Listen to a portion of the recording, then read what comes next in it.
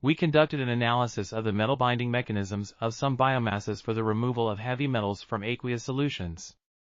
The results from the literature indicate that the most effective mechanisms for heavy metal removal from aqueous solutions are ion exchange and surface complexation.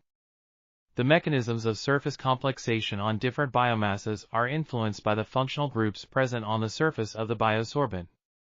The applicability of the surface complexation model for heavy metal biosorption is demonstrated through the analysis of the literature. It is suggested that the use of digital technologies such as nanomaterials could be a useful approach for heavy metal removal from aqueous solutions.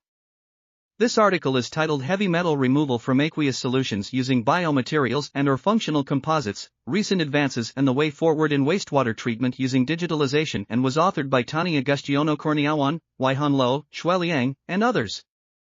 We are www.article.tv. Check out the video description for links to this article.